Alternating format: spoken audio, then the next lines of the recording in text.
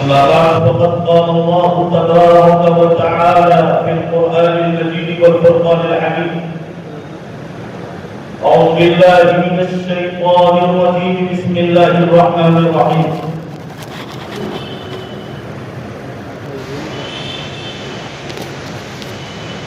قل يا أيها الناس إني رسول الله إليكم جميعا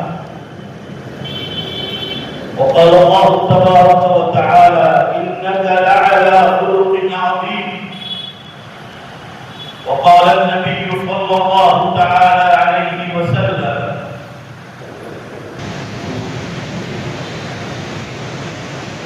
الدنيا مزرعة الآخرة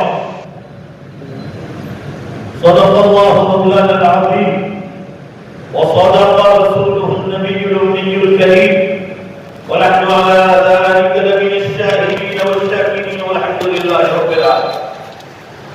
زور سے ایک بار درود شریف پڑھ لیا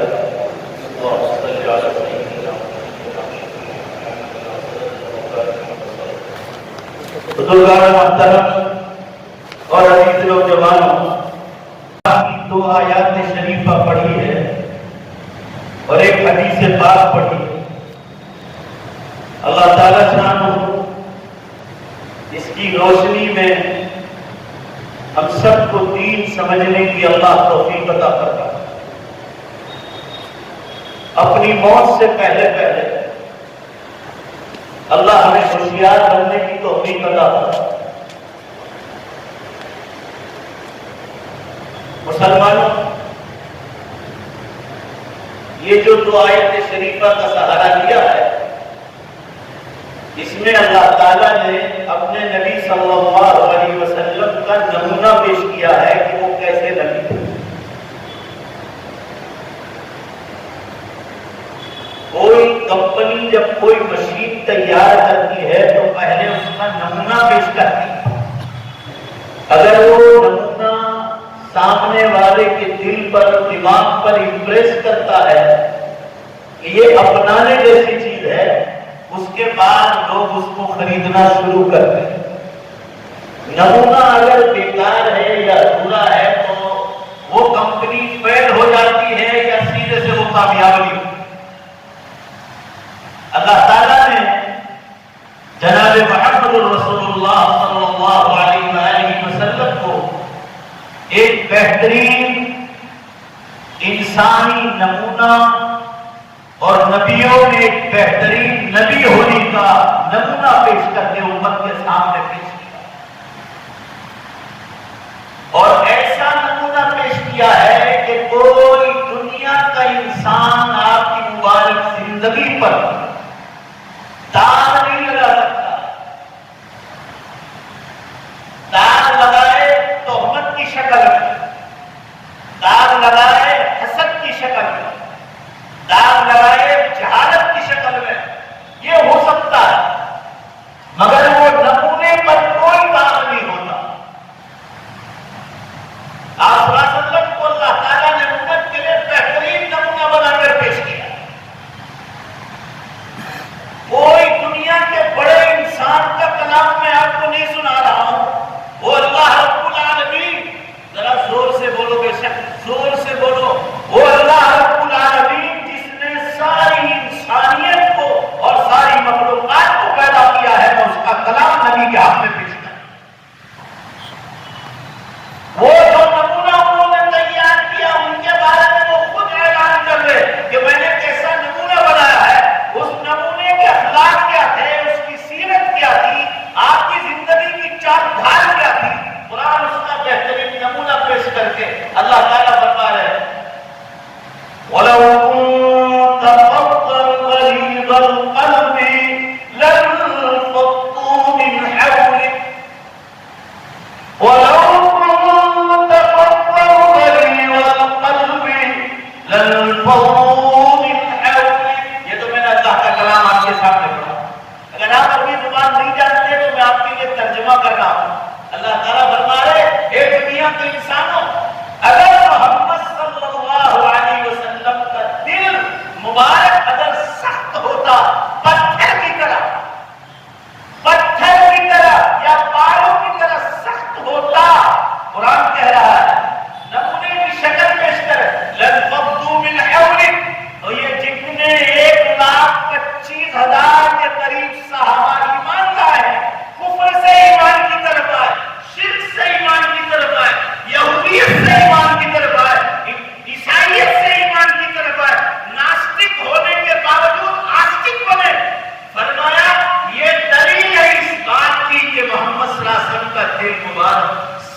نہیں تھا ان کا دل نرم.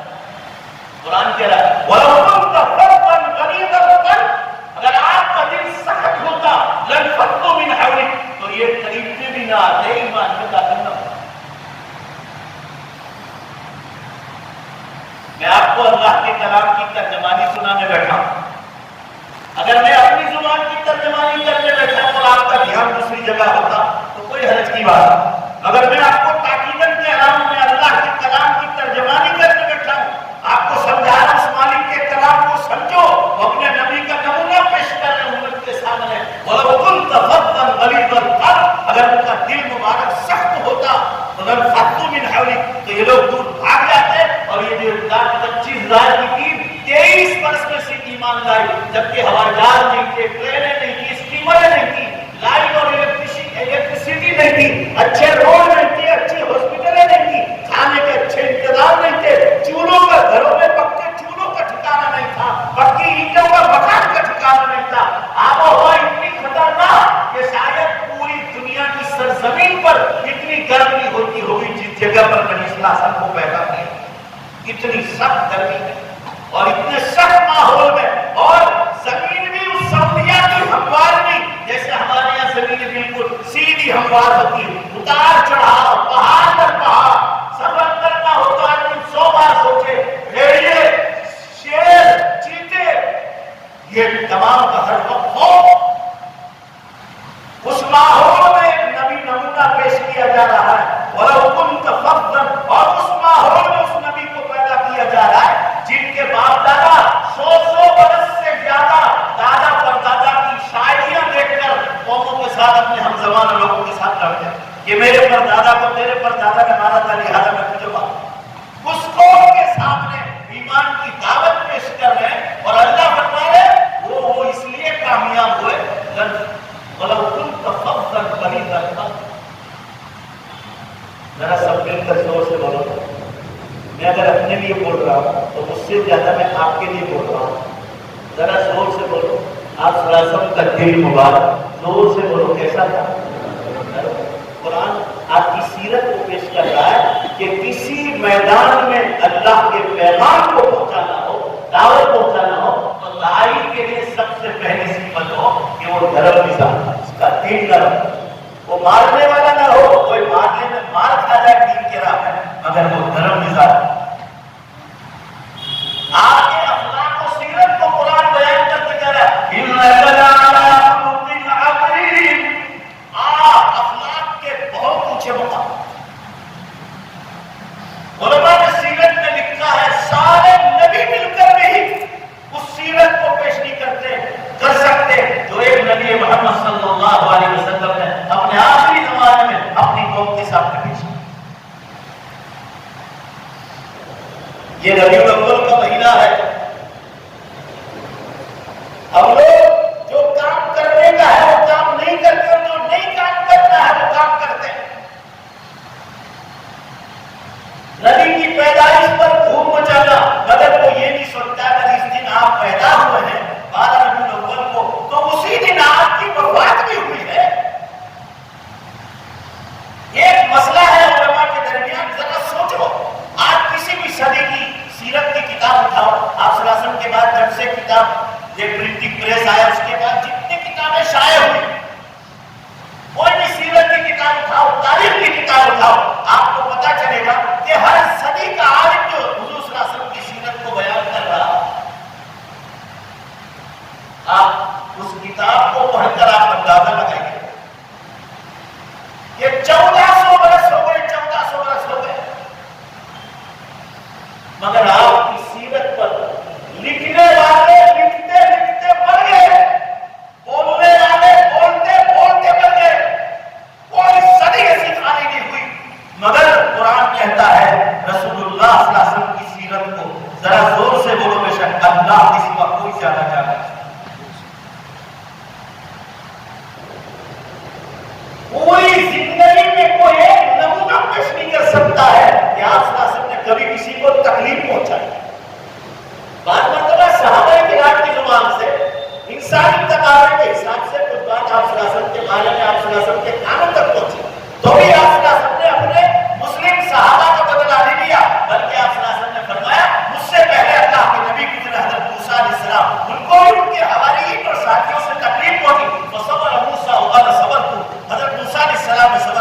تمہیں تو خاتم النبی ہو، میرے لیے تو صبر کرنا اور زیادہ تھا. کتنے دن تھے اس سے اندازہ لگا. ہر صدی کا عالم سیرت کا لکھنے والا بولتے بولتے مر گیا، لکھتے لکھتے مر گیا، مگر نبی صلی اللہ علیہ وسلم کی سیرت کو کوئی مکمل نہیں کر سکا جتنا اللہ نے کیا. آج اس مہینے میں ہم کو سب سے زیادہ جو سوچنا ہے نبی کی سیرت کو اپنے اندر ڈال. قرآن کہتا ہے لقد كان لكم في رسول الله اسوة حسنة. اے مسلمانوں، اے انسانوں، تمہارے لیے نبی کی مبارک زندگی میں بہترین راستہ ہے. اگر تم چلنا چاہتے ہو تو نبی کی زندگی کو دیکھو. بہترین اخلاق امت کو پیش کی. قرآن ایک طرف کہا آپ نرم دل تھے، دوسری طرف کہا اخلاق کا بہترین نمونہ ہے. کوئی نبی مل کر بھی اس اخلاق تک نہیں پہنچ سکتا. ایک مقام پر یہ فرمایا صرف انسانوں کے نبی بنا کر نہیں بھیجے گئے، ساری مخلوقات کے لیے وہ نبی. انسان کیا، جنات کیا، سمندروں کی مچھلیاں کیا، جنگلوں کے جانور کیا، کیڑے مکوڑے کیا، حتیٰ کہ مسلمانوں بے جان پتھر کے بھی اللہ کے نبی. بے جان پتھروں کے. بخاری شریف کے بعد سب سے بڑی کتاب ہے صحیح مسلم. صحابی رسول صلی اللہ علیہ وسلم واقعہ نقل کر رہے ہیں کہ آپ صلی اللہ علیہ وسلم جب نبی بنائے گئے تب آپ کے ساتھ مکہ مکرمہ کے رستوں سے شروع میں گزرتے تھے. فرمایا مکہ مکرمہ میں ایک پتھر کا پتھر کان کھول کے سنو. فرمایا ایک پتھر تھا جو روز ہر بار رسول اللہ صلی اللہ علیہ وسلم کو سلام پیش کرتا. صحابہ فرماتے تھے ہم نے اپنے کان سے سنا وہ پتھر سے السلام علیکم یا نبی اللہ کی آواز آتی. پتھر نبی کو سلام کر، کنکر نبی صلی اللہ علیہ وسلم کو سلام کر. آپ کے ہاتھ مبارک میں آتے کنکر ذکر اللہ کر رہے، سارے صحابہ مجمع میں سن رہے، اور جہاں آپ نے کنکر کو چھوڑا تو ذکر اللہ بھی چھوڑا. اللہ تعالیٰ اس نبی کا مقام بتلا رہے ہیں کہ کوئی تمہاری طرح آرڈینری انسان نہیں، انسانوں میں پیدا کیے گئے، مگر وہ نبوت کے اعلیٰ مقام پر ان کو بٹھایا تھا جہاں سارے انسانیت مل کر بھی نہیں پہنچ سکتے. آج رسول اللہ صلی اللہ علیہ وسلم کے نام پر آپ کی پیدائش پر ہم لوگ دھوم مچاتے ہیں. اتنا مجمع نکلا روڈوں پر نبی کی محبت.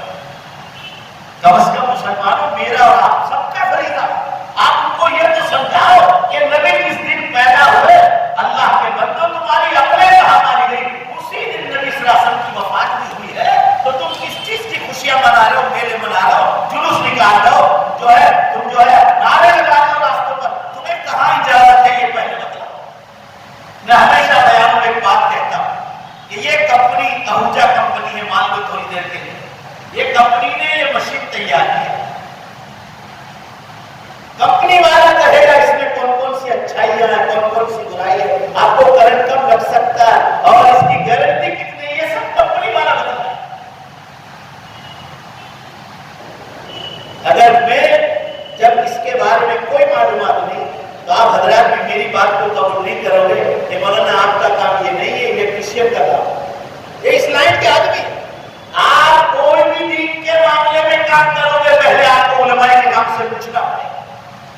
یہ کمپنی والے ہیں، زور سے بولو بے شک بھائی ہے نہیں ہے.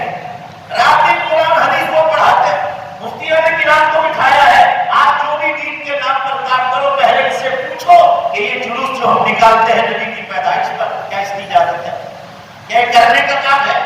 وہ علماء آپ کو کہیں گے کرنے کا کام یہ ہے کہ ہر سال نبی کی سیرت کو یاد کر کے پچھلے سالوں کو دیکھا جائے کہ پچھلے سالوں میں نبی کی سنت میری زندگی میں کتنی تھی اور اس سال کتنی ہے، یا کمی ہے تو آگے بڑھائی جائے، اس کمی کو پورا کیا جائے، اور ایس بیٹیز تھی تو اس سورت کو اور آگے بڑھایا جائے کہ میری زندگی میں کتنا جو اتارنے کی چیز ہے. قرآن کہتا ہے وہ قلم نہیں کہ ہر مسلمان یہ دیکھے کہ اس سال عید میلاد النبی کے دن پر ہم نرم دل ہوئے ہیں. نبی کا جو دل مبارک تھا، آپ کا قلب مبارک روح سے زیادہ نرم تھا، تو کیا ہمارے اندر وہ نرم دلی آئی؟ بیویوں کے ساتھ، بچوں کے ساتھ، پڑوسیوں کے ساتھ، بزنس والوں کے ساتھ، خریداروں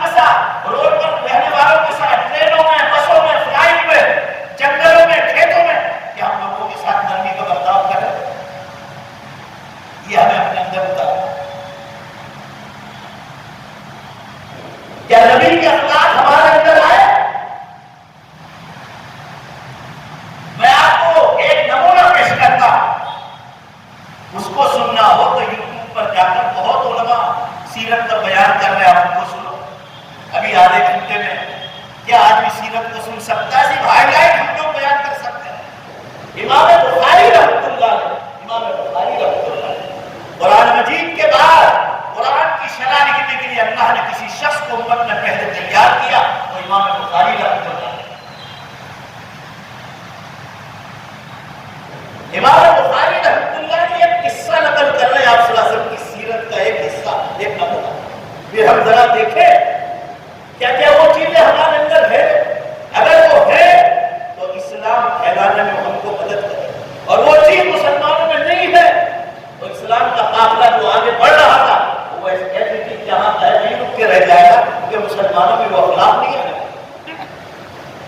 آج سیرت کا پیغام، آج ربیع الاول کے مہینے کا پیغام، آج صلی اللہ علیہ وسلم کی زندگی کو دیکھنا، آپ کی پیدائش کو اور آپ کی وفات کو نہیں دیکھنا۔ کبھی کوئی مسلمان نے یہ نہیں سوچا کہ اگر یہ آپ کی پیدائش کا دن ہے تو آپ کی وفات، آپ کی دنیا سے جانے کا دن ہے، آپ کس چیز کی خوشیاں منا رہے ہیں؟ اس دن وفات بھی تو ہوئی ہے۔ اور مسلمانوں میں تو آپ کو کہا، آپ کو علماء سے پوچھنا چاہیے، کبھی ایک مسئلہ ہے علماء کے یہاں، حضور صلی اللہ علیہ وسلم کی پیدائش کا دن اگر 12 ربیع الاول ہے تو آپ کی وفات بھی 12 ربیع الاول ہے۔ مشہور یہی ہے علماء کے، کیوں آپ کی وفات اور آپ کی پیدائش اللہ نے ایک کیوں رکھی؟ یہ مسئلہ ہے علماء کے، ایسے باقاعدہ ڈسکشن کیا جاتا ہے حدیث کی کتاب۔ اللہ تعالیٰ کو معلوم تھا کہ لوگ اپنے استادوں کے نام پر، اپنے پیروں کے نام پر، ان کے مرنے کے بعد ان کی درگاہوں پر اور ان کی قبروں پر خدا جانے کیا کیا دھوم کرتے ہیں۔ اگر نبی صلی اللہ علیہ وسلم کی پیدائش کی تاریخ الگ رکھی جاتی اور وفات کی تاریخ الگ رکھی جاتی تو لوگ آپ کی وفات پر اس کا وفات کا الگ مرثیہ جلوس نکالتے، غم کا، جیسے امام حسین رضی اللہ عنہ کے نام پر غم کے جلوس نکالتے ہیں، تعزیت کے جلوس نکالتے ہیں، اور پیدائش پر نبی کی محبت کے معاملے میں پیدائش پر لوگ الگ جلوس نکالتے ہیں، اس کے الگ میلے بناتے ہیں۔ اللہ تعالیٰ نے ایک ہی تاریخ رکھی، پیدائش بھی 12 ربیع الاول، وفات بھی 12 ربیع الاول، جو علماء کے درمیان مشہور ہے، امت کے بھی اس کو ایک اس لیے رکھا گیا کہ کوئی خوشی کا جشن منائے۔ تو اللہ تعالیٰ یہ بتلانا چاہتے ہیں تو کس چیز کی خوشی کا جشن منا رہا ہے؟ اسی دن تو نبی کی وفات کا بھی دن ہے، تو خوشی کس چیز کی منا رہا ہے؟ اور اگر کوئی تعزیہ مناتا رسول اللہ صلی اللہ علیہ وسلم کے نام پر تو اللہ تعالیٰ یہ بتلانا چاہتے ہیں تو کس چیز کا ہم منا رہا ہے؟ اسی دن تو آپ کی پیدائش کا دن ہے۔ لہٰذا دونوں کو اجازت نہیں ملی، اسی لیے ذرا زور سے بولو، میری بات کچھ سمجھ میں بھی آ رہی ہے، بولو ذرا زور سے، سمجھ میں آ رہی ہے۔ ایک ہی تاریخ اس لیے رکھی ہے کہ کوئی خوشی کا جشن بھی نہ منائے اور وفات اور غم کا جشن بھی نہ منائے۔ جو کرنے کا کام ہے آپ کی پیدائش اور موت کے بیچ میں جو آپ کی مبارک زندگی ہے، جو آپ کی سیرت کا بہترین نمونہ ہے، وہ بلند کا امام بخاری رحمۃ اللہ علیہ آپ کی سیرت کی جھلک سنا۔ امام بخاری فرماتے ہیں کہ آپ کی سیرت کا ایک پہلو کہ آپ زندگی میں ایک بار بھی کبھی مذاق میں جھوٹ نہیں، ایک بار مذاق میں، اور کبھی زندگی میں کسی انسان کو ایک بار دھوکہ کرنے کی، ایک بار۔ امام بخاری رحمۃ اللہ نے قصہ نقل کر رہے ہیں کہ جیسے آپ صلی اللہ علیہ وسلم لوگوں کو زبان سے دین کی دعوت دیتے تھے، آپ نے بادشاہوں کے نام لیٹس لکھے، حدیث کی کتابوں میں، سیرت کی کتابوں میں کن کن بادشاہوں کے نام خط لکھے، کس نے اسلام قبول کر لیا، کس نے انکار کر دیا۔ آدمی نے کہا مجھے قوم کا ڈر ہے، مجھے قوم قتل کر دے گی، بات اس لیے ایمان نہیں کر، بات کہہ رہے ہم دل سے ایمان رہے مگر لوگوں کے سامنے ظاہر نہیں کریں گے، لوگ قتل کر دیں۔ کتب لکھے ہیں بادشاہوں کے نام، ان میں آپ نے ایک خط لکھا اٹالی کے بادشاہ ہرقل کے نام، خط میں بسم اللہ الرحمن الرحیم، اور اس کے نیچے بھی محمد رسول اللہ الى ملک الروم ہرقل ابن فلان محمد رسول اللہ صلی اللہ علیہ وسلم کی طرف سے ہرقل بادشاہ کے نام، اور اس میں آخر میں مضمون لکھا کہ میں اللہ کا نبی بنا کر مکہ مکرمہ میں ظاہر ہو گیا ہوں، قرآن مجھ پر اتارا جا رہا ہے، اے بادشاہ تو حضرت عیسیٰ علیہ السلام کی کتاب کو پڑھا ہوا، انجیل کو، اس میں اللہ نے میری تعریف کی ہے، میرے قرآن کی اس میں تعریف کی ہے۔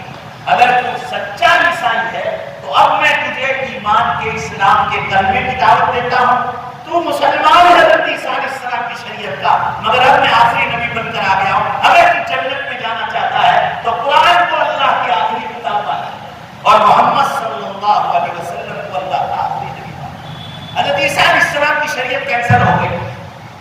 مشکوٰۃ شریف میں حدیث آتی ہے، آج کا ہندو، عیسائی، یہودی آج بھی کلمہ پڑھ رہے، فلہو اجران، اس کو 2 ثواب ملیں گے ہر نیکی میں، ایک غلط مذہب چھوڑنے کا ثواب اور زور سے بولو ایک سچا مذہب اپنانے کا ثواب، اس کو ہر نیکی کے ڈبل ثواب، ہم سے بھی زیادہ۔ کیونکہ غلط مذہب چھوڑنا آسان کام نہیں اور پھر نیا مذہب اپنانا، 2 نیکی ہر نیکی میں، فلہو اجران۔ ایسے آپ سیاست میں ہرقل کو خط لکھا، حضرت داہیہ بن خلیفہ کلبی رضی اللہ عنہ یہ خط لے کر کشتی کے ذریعے پہنچے، اس زمانے میں اسٹیمر نہیں تھے، آپ مدینے سے جدہ گودی پر آئے اونٹ پر، اور اس کے کنارے کنارے اونٹ لے کر گئے ملک شام سیریا پہنچے، اور سیریا سے پھر یورپ ہوتے ہوئے فرانس کے کنارے پر پہنچے۔ اب کتنے مہینے لگے ہوں گے وہ آپ اندازہ لگا۔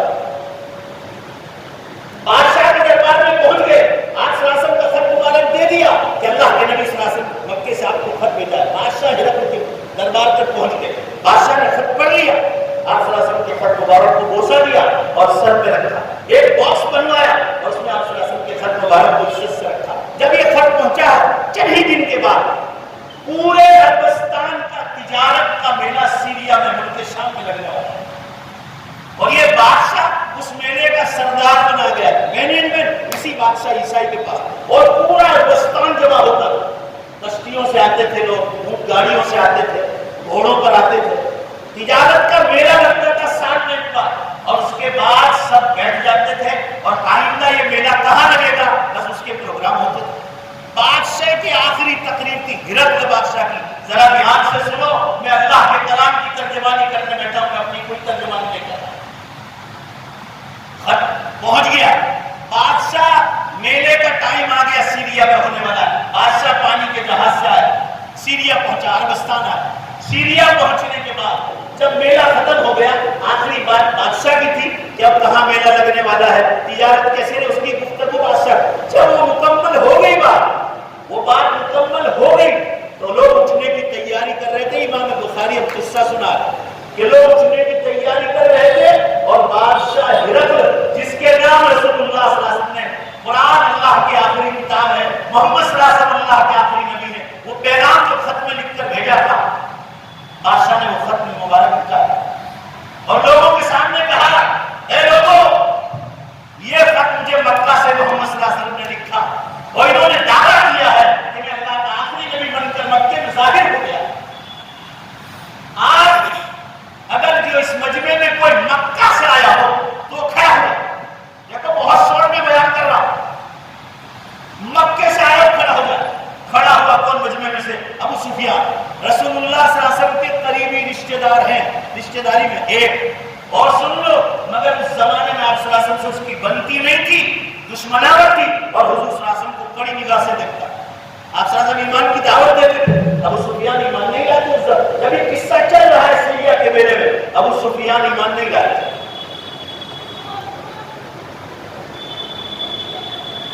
حضرت وحشی نے حضرت حمزہ رضی اللہ عنہ کو شہید کیا تھا، قتل کیا تھا۔ حضرت حمزہ کی کھوپڑی کو صاف کر کے پیالہ جس نے بنایا تھا یہ ابو سفیان، ان کی عورت ہندا نے کچا کلیجہ چبایا تھا، یہ ابو سفیان کی بیوی، وہ قصہ دوسرا ہے۔ اور یہی تو آپ صلی اللہ علیہ وسلم کی دعا کی برکت سے حضرت وحشی بھی مان لائے تھے، ابو سفیان بھی بات نہیں مان لائے تو ہندا عورت بھی مان لائے۔ یہ ابو سفیان مجمع میں کھڑے، بادشاہ ہرقل نے کھڑا کیا، آپ کون ہیں؟ ابو سفیان، مکے سے آئے ہو؟ جی ہاں۔ محمد صلی اللہ علیہ وسلم کو جانتے ہو؟ جانتا بھی ہوں، اچھی طرح جانتا۔ دیکھو، اور کہنے لگا میں ان کے رشتہ داروں میں، آپ کی رشتہ داری ہو کہ نہیں مجھے اس سے کوئی مطلب، مجھے صرف 2 سوال کرنا، میں عیسائی ہوں، عیسائی، اور انجیل کو پڑھتا ہوں اور میں عیسائیوں کو پڑھاتا ہوں، اور یہ اللہ کی کتاب ہے، اس انجیل میں لکھا ہے کہ آخر میں محمد صلی اللہ علیہ وسلم سب کے آخری نبی بن کر آئیں گے، ان پر جو قرآن اتارا جائے گا وہ اللہ کی آخری کتاب ہوگی۔ اب تو عیسائی، یہودی، ہندو ایمان لائے گا وہی جنت میں جائے گا نبی کے نبی بننے کے بعد۔ اب یہ نبی نے دعویٰ کیا ہے کہ میں مکے میں ظاہر ہو گیا ہوں، تو مجھے صرف ان کے بارے میں معلومات کرنا ہے۔ ابو سفیان اگر آپ مکے سے آئے مجھے صرف 2 سوال آپ پوچھو۔ پورا میلہ بھرا پڑا۔ پہلا سوال یہ تھا کہ محمد صلی اللہ علیہ وسلم نے مجھے ایمان کی دعوت پیش کی ہے تو میں اس نبی کو پرکھنا چاہتا ہوں کہ واقعی وہ اللہ کا نبی ہے۔ بادشاہ کہہ رہا میرے نزدیک نبی کی سچائی کے لیے 2 سوال ہیں جس کا وہ جواب دے۔ پہلا سوال، نبی کے نبی ہونے کی سچائی کی پہلی دلیل یہ ہے کہ زندگی میں کبھی وہ جھوٹ نہ بولا۔ ایک بار بھی بھائی ذرا سبق یاد ہو جائے، ذرا زور سے بولنا، کتنی بار؟ ایک بار بھی جھوٹ نہ بولا۔ ایک اور دوسری بات بتائے زندگی میں کبھی کسی اللہ کے بندے کو، مسلمان کو نہیں، کسی اللہ کے بندے کو دھوکہ نہ دیا۔ یہ 2 سوال ہیں، تو وہ اگر وہ سچ ہے تو وہ نبی بننے کے لائق اور وہی نبی ہو سکتا ہے۔ ہرقل نے دشمن رسول اللہ صلی اللہ علیہ وسلم کے دشمن ابو سفیان کو پوچھا، ابو سفیان مکے سے آئے ہو تو محمد صلی اللہ علیہ وسلم کے بارے میں اتنا مطلع ہو، اگر محمد صلی اللہ علیہ وسلم زندگی میں ایک بار جھوٹ بولے، ایک بار وہ نمونہ پیش کر قصہ سنا تو میں مان جاؤں گا کہ یار میں نبی نہیں بن سکتا۔ اور دوسرا سوال، محمد صلی اللہ علیہ وسلم نے کبھی کسی بندے خدا کو دھوکہ دیا ہو تو ذرا وہ قصہ سنا دو تو میں مان جاؤں گا کہ یہ نبی نہیں بن سکتا، کیونکہ میری ملاقات محمد صلی اللہ علیہ وسلم میں سیریا سے آیا اور وہ مکے میں رہتے ہیں۔ ابو سفیان کا جواب سنو ذرا، دشمن ہے، اخلاق دیکھو، اخلاق مسلمانوں سیرت کو اپناؤ، یہ سیرت ہے نبی کی۔ یہ ربیع الاول کا مہینہ اور یہ 12 ربیع الاول یہ مسلمانوں کو پیغام دیتی ہے کہ نبی کی سیرت اس کو اپناؤ۔ آپ اچھے کپڑے پہنو، یہ سیرت نہیں۔ آپ کے پاس خوب مال ہو، یہ نبی کی سیرت نہیں۔ آپ کی بہت شہرت ہو، یہ نبی کی سیرت نہیں، یہ تو غیر مسلموں کے پاس ہے۔ آپ کے پاس حکومت کا کوئی عہدہ ہو، یہ نبی کی سیرت نہیں۔ نبی کی سیرت کیا ہے؟ یہ پہلے سیرت یہاں سے شروع ہوتی ہے۔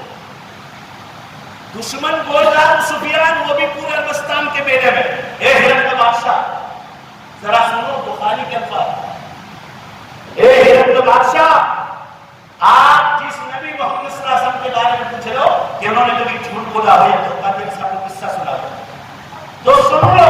آپ کے داہنے ہاتھ پر، یہ سیرت میں لکھا ہے جو بول رہا، آپ کے داہنے ہاتھ پر جو مجمع بیٹھا ہے اسٹیج پر، یہ مکے کے قریش خاندان کے سردار لوگ ہیں، یہ بھی مکے سے آئے۔ اگر میں محمد صلی اللہ علیہ وسلم کے بارے میں جھوٹ بولنے کی کوشش کروں گا، سنیے دشمن بول رہا، جھوٹ بولنے کی میں محمد صلی اللہ علیہ وسلم کے بارے میں کوشش کروں گا تو یہ میری قوم کے لوگ، یہ بھی مورتی پوجا کرتے ہیں، میں بھی مورتی پوجا کرتا ہوں، یہ لوگ میری زبان کاٹ لیں گے، اے ابو سفیان تو جھوٹ بولتا ہے، محمد صلی اللہ علیہ وسلم کبھی جھوٹ، اس لیے میں جھوٹ تو نہیں بول سکتا۔ اب آگے سنو، کہا بولیے کیا کہنا چاہتے ہیں؟ میں سوال پوچھا، کہا اے ہرقل بادشاہ آپ عیسائی ہیں، آپ نے انجیل پڑھی اور لوگوں کو پڑھاتے ہیں، آپ نے جو 2 سوال کیے اس سوال کے جواب سن لیا۔ میں جن 2 بڑی مورتیوں کی پوجا کرتا ہوں جو عربستان میں مشہور ہے، لات اور عزا، اس کی قسم کھا کر کہتا ہوں، اس کی قسم کھا کر کہ محمد صلی اللہ علیہ وسلم سچ مچ تو جھوٹ کیا بولے، میں ان لات اور عزا کی قسم کھا کر کہتا ہوں یہ آدمی آج تک ایک بار بھی مذاق میں جھوٹ نہیں بولا، ایک بار۔ اور سنیے آگے، اے بادشاہ ہرقل، آپ اٹالی سے آئے، میلے کے آپ چیئرمین بنے، انچارج آپ کے ہاتھ میں، آپ انجیل پڑھے ہوئے پڑھاتے ہیں، آپ نے دھوکے کے بارے میں پوچھا محمد صلی اللہ علیہ وسلم کے بارے میں ان کا دشمن ہوں، مگر سنیے اس لات اور عزا کی قسم کھا کر کہتا ہوں کہ آپ کسی انسان کو سچ مچ دھوکے کی بات کو چھوڑو، محمد صلی اللہ علیہ وسلم نے کسی کو کبھی مذاق میں بھی دھوکا نہیں۔ اب آپ میرے لیے نہیں بول رہا، آپ سن لیجیے کام بول رہا، اللہ کو سنانا، اللہ آپ سے ناراض ہوگا، مجھ سے ناراض نہیں ہوگا۔ آپ کو کتنی نبی سے محبت ہے؟ ایک مشرک کا بیان آپ نے سن لیا، مشرک کا مورتی پوجا کرنے والے۔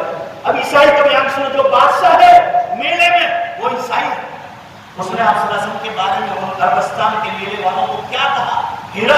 ہرقل بادشاہ بول رہا ہے، دشمن رسول ابو سفیان کی بات سن کر اس کے بعد آپ کو اللہ اکبر کہہ کر اللہ کے گھر کو پہنچانا۔ حدیث میں ہے جب مسلمان مسجد میں آتا ہے تو چاروں طرف سے فرشتے اس کو گھیر لیتے ہیں۔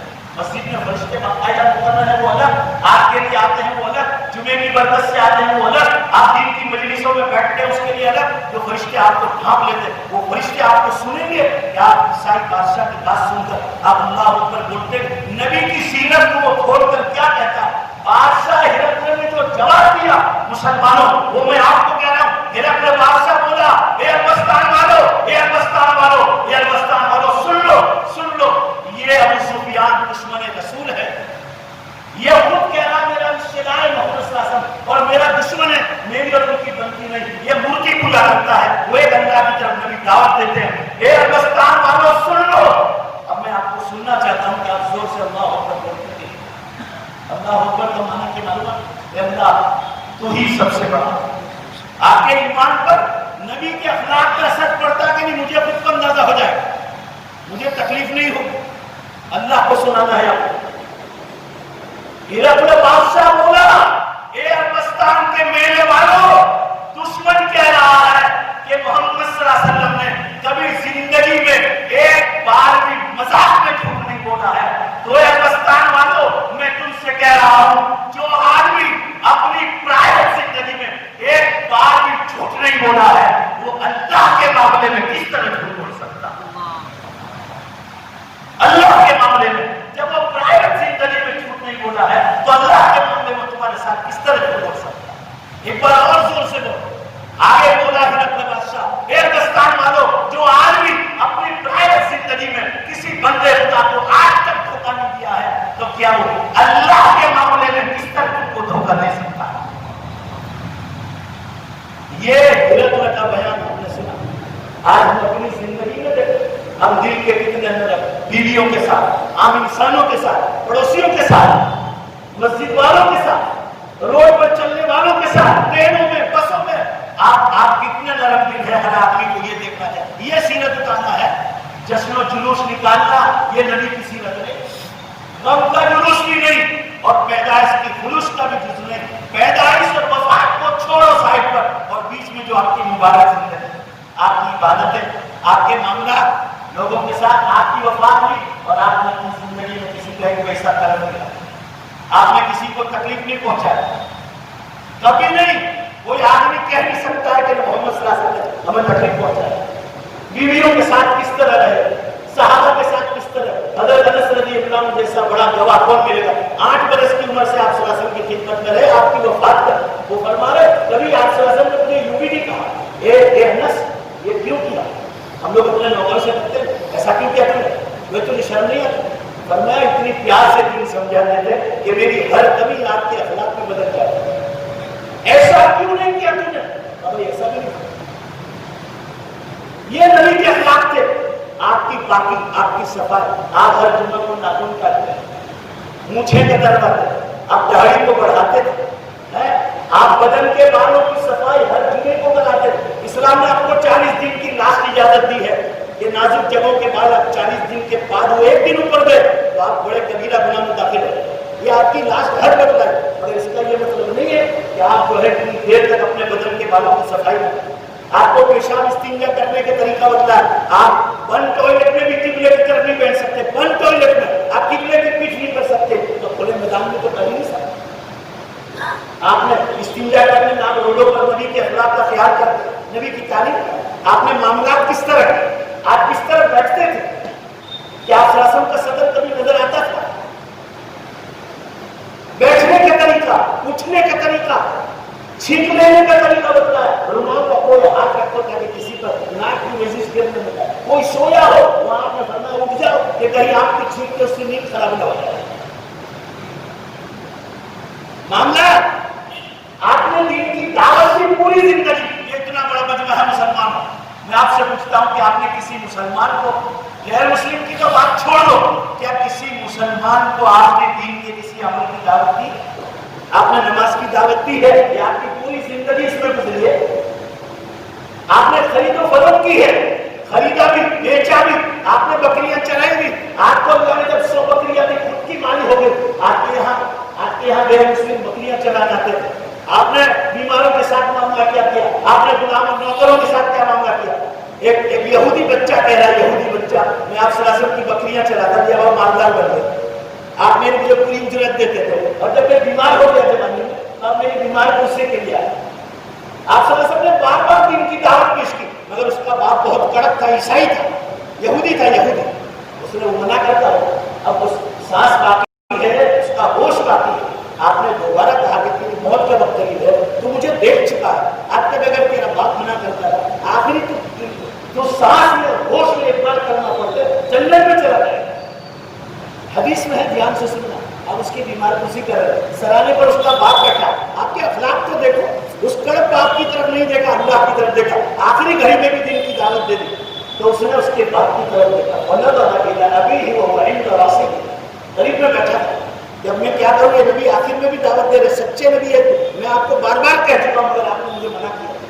تو اس کی زبان سے نکلا, باپ کی زبان سے, ابھی ابو القاسم صلی اللہ علیہ وسلم, ابو القاسم محمد صلی اللہ علیہ وسلم کی بات کو تو مانو, کلمہ پڑھا, اور مسلمانوں کلمہ پڑھتی روح نکل کر جنت میں داخل کرتا ہے. آخری اس کی اس گھڑی کو بھی آپ صلی اللہ علیہ وسلم نے دین کی دعوت کو استعمال. آج میں آپ کو یہ اخلاق اور سیرت کی بات پر میں بات اس لیے زور دی آپ کو کہ پہلے جھوٹ بولنا چھوڑو, قدم قدم پر ہم لوگ جھوٹ بولتے, اس میں دیندار طبقہ بھی شامل ہے, معاف کرنا, اور ان کو معلوم ہے, ان لوگوں کو بھی, کہ جھوٹ بولنے کے بعد صدقہ کریں گے تو لیول آ جائے. اللہ آپ کو اس کی بھی توفیق, مگر ڈرو اللہ سے, مذاق میں بھی جھوٹ نہ ہو, مذاق میں, اور اگر مذاق میں بولا ہے تو پھر دوستوں کو کہہ دو کہ میں مذاق میں بولا, اور پھر اللہ سے توبہ کر لو دن دن. ہم کتنی غیبتیں کرتے ہیں, زبان اس امت میں سب سارا اس وقت ہے نا, زبان جو چاہے چلاتے ہیں, نہ کوئی تحقیق کرتے ہیں, کچھ نہیں کرتے. کسی عالم کے بارے میں اخبار والے نے لکھا, کسی عالم کے بارے میں, کسی دیندار کے بارے میں, بس چلا. اگر مفتی عبداللہ صاحب نے ایک مثال دو آپ کو کہ ہم لوگ زبان کتنی چلائے. یہ حاصل جامعہ کے بانی تھے, شیخ الحدیث تھے, آپ سب کو معلوم ہے کہ تہمت کیا لگائی.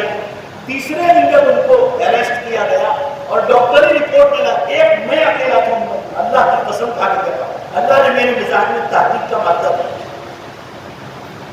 کہ جو آدمی دو آدمی کے سہارے اٹھ رہا, اس کی 71 کی عمر ہے, جب تہمت لگی 69 ہے, دو آدمی کے سہارے اٹھ رہا, 20 سال سے اس کی کڈنیاں ٹوٹل فیل ہے, ٹوٹل, ہر مہینے اندر سے پیشاب نکالا جاتا مشینوں میں, شوگر 450. آج کسی بڑے سے بڑے ایم ڈی کو پوچھو, ایک مثال دے رہا ہوں میں آپ کو, امت کہاں زبان چلا ہے, کسی ایم ڈی کو پوچھو کہ مردانہ طاقت باقی رہتی ہے, آپ پوچھ لو. میں کھلے عام پورے ورلڈ میں 66 ملکوں کا سفر کیا, 66 کے 66 ملکوں میں نے آواز لگا کر امت کو کہی, یعنی ان کے بارے میں اسپیشل نہیں, امت زبان میں بہت چلا, کچھ نہیں دیکھتے. ارے اخبار والا تو ناسٹک ہے, کافر ہے. میں اگر آپ لوگوں کے بارے میں, چاہے وہ 5 وقت کا نمازی نہ ہو, اور آپ کے بارے میں اخبار والا لکھے گا, میں کبھی برداشت نہیں کروں, میں تحقیق کروں. ڈاکٹری رپورٹ آئی تو ٹوٹل ہے, میں نے, اگر آپ کو چاہیے تو رپورٹ میرے پاس ہے, آپ کو میں دے سکتا ہوں. ڈاکٹری رپورٹ میں آیا کہ بالکل یہ آدمی کے پاس مردانہ طاقت نہیں, اور جو تہمت لگائی ہائی کورٹ نے اس کو خارج کر کے پڑھا. ایک مثال دے رہا ہوں. اور ہم لوگ سب اتنے بڑے عالم دین, جس کے علم کا ان کے استاد لوگ چرچا کرتے تھے, چرچا, شیخ یونس صاحب رحمۃ اللہ علیہ جیسا, ان کا احترام کرتے تھے. میں جب سہارنپور پڑھنے گیا تو مجھے خود سے کہا مولانا خلیل, مشکل سے مشکل ویسے آتی تھی تو میں عبداللہ کو سپرد کر دیتا تھا, اور بڑے بڑے ان کے اساتذہ کا سبق آگے کے دن جا کر وہ خود سمجھا دیتے تھے کہ حضرت یہ سبق کی یہ ترجمہ نہیں. تقویٰ طہارت ایسا کہ حضرت مولانا صدیق احمد صاحب بانوی رحمۃ اللہ علیہ نے ان کو خلافت دی. آج سوچو ہم لوگ سب اس گناہ میں بہہ جاتے, تہمت لگا رہے ہیں. تحقیق کرو, آپ کے سورت کے بہت مسلمانوں کے بارے میں اخباروں میں آتا ہے, میں کئی بار اخباروں کے خلاف پہنچا. یہ جتنے مسلم رپورٹر, ان کو پوچھو, میں نے ان کے نمبر ڈھونڈ کر آپ کے سورت میں کسی اخبار والے نے لکھا تو میں نے ان کو پوچھا آپ کو کسی نے کہا مگر آپ نے تحقیق کی, مسلم رپورٹروں کو کہتا. یہ کتنا بڑا گناہ ہے.